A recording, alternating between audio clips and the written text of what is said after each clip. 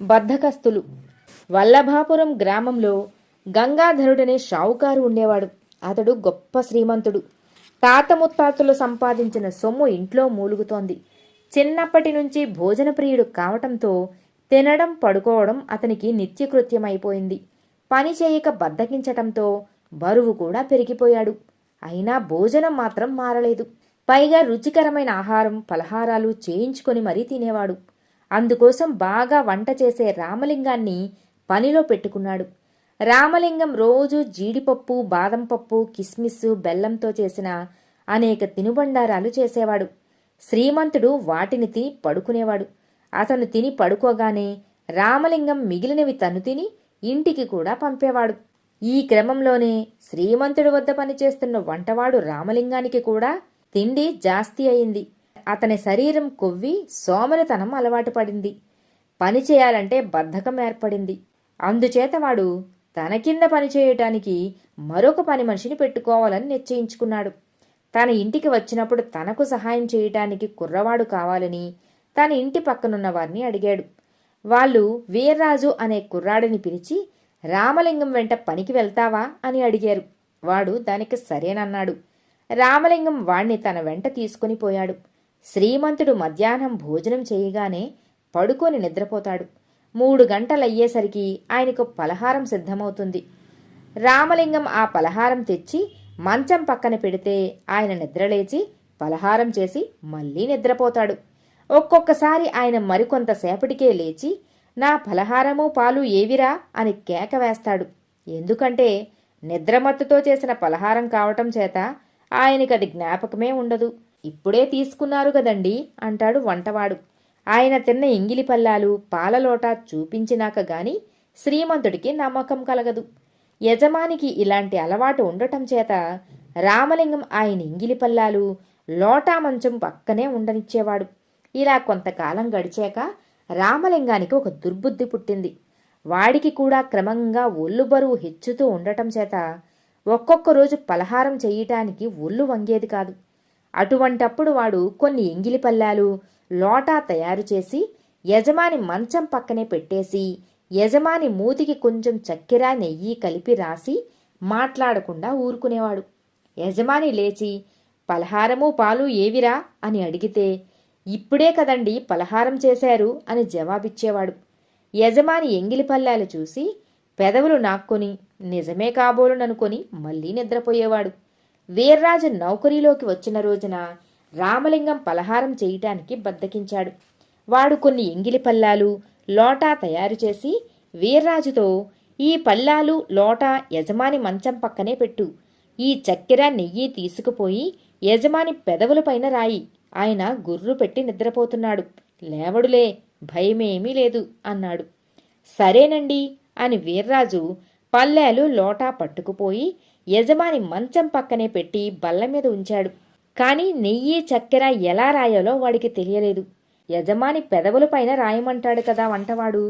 పెదవులపైన మీసాలున్నాయి, మీసాలపైన ముక్కున్నది, మీసాలకు రాయాలో ముక్కుకు రాయాలా అని వంటింట్లోకి వెళ్ళి అడిగితే వంటవాడికి కోపం వస్తుందేమో అనుకుని వీర్రాజు యజమానిని తట్టి నిద్రలేపి, అయ్యా, దీన్ని మీ పెదవులపైన రాయమన్నాడు రామలింగం, మీసాలకు రాయమన్నారా, ముక్కుకు రాయమన్నారా అని అడిగాడు.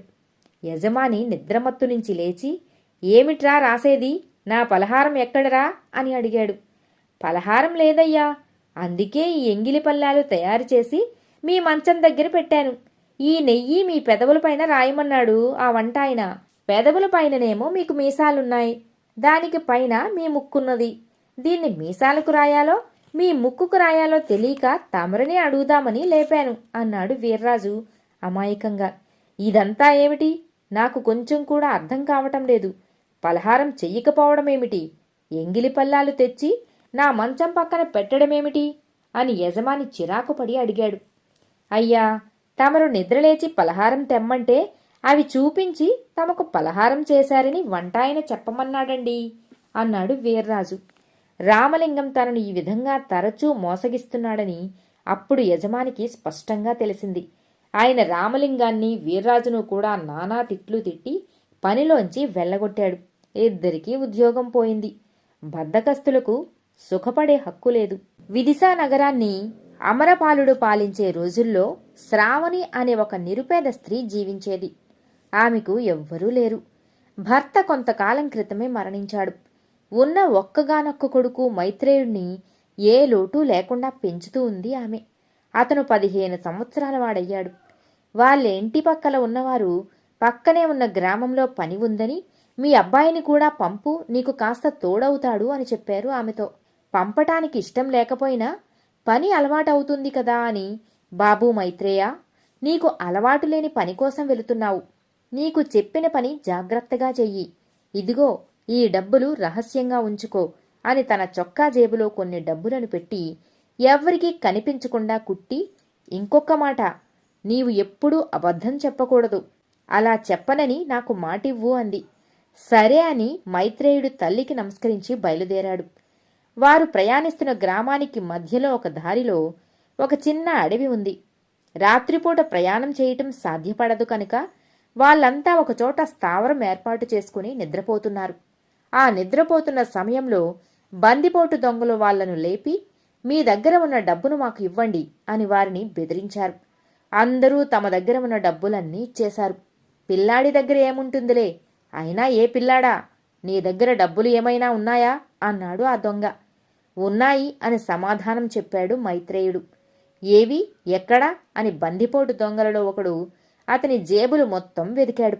కాని ఏమీ దొరకలేదు. అతను అబద్ధం చెబుతున్నాడు అని అనుకున్నారు. ఈ దొంగల నాయకుడు గద్దించి, ఏమీ లేవు కదా అన్నాడు. అప్పుడు మైత్రేయుడు, మా అమ్మ నా కోసం కొన్ని డబ్బులిచ్చి వాటిని జాగ్రత్తగా చొక్కా జేబులో పెట్టి కుట్టింది అని చెప్పాడు. అప్పుడు ఒకతను జేబును చింపి ఆ డబ్బును బయటకు తీశాడు. దొంగల నాయకుడు మైత్రేయుడిని చూస్తూ, వీడెంత మూర్ఖుడు, నిజం చెప్పి పెద్ద హరిశ్చంద్రుడు అయిపోదామనుకుంటున్నాడని ఎద్దేవా చేసుకుంటూ ఆ బాధితులందర్నీ కాలితో తన్ని, మా గురించి ఎవ్వరికీ చెప్పవద్దని అక్కడి వారినంతా బెదిరించి వెళ్ళిపోయారు. ఇంటికి వచ్చాక మైత్రేయుడు జరిగినదంతా తల్లికి చెప్పాడు. ఒరేయ్ బాబూ, దొంగల వద్ద నిజాయితీ పనికిరాదు. వాళ్ళు ప్రజలు కష్టపడితే దానిని దోచుకునే దొంగలు. అలాంటి వారికి ఎన్నటికీ నిజాలు చెప్పరాదు. ఏదేమైనా ఎలాంటి అపాయమూ జరగకుండా ఇల్లు చేరుకున్నావు, అంతే చాలు అని అతన్ని ఇంట్లోకి తీసుకెళ్లి అన్నం పెట్టింది ఆ తల్లి. నిజాయితీ లోపించిన వాళ్లే దొంగలు. వాళ్ల వద్ద నిజాయితీగా ఉండటం శుద్ధ దండగా.